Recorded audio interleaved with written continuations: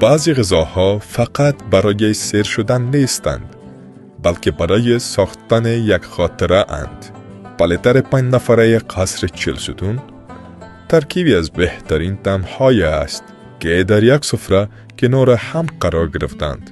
کابلی پلاو خوش‌عطر، گوشت گوساله نرم و لذیذ، مرغ کامل سیجی، روش تازه، تکه کباب آبدار، چوبان کباب، چیکن وینگز مخصوص، سالند گفته خوشمزه، سالاد تازه، سوپ و نوشابه سرد.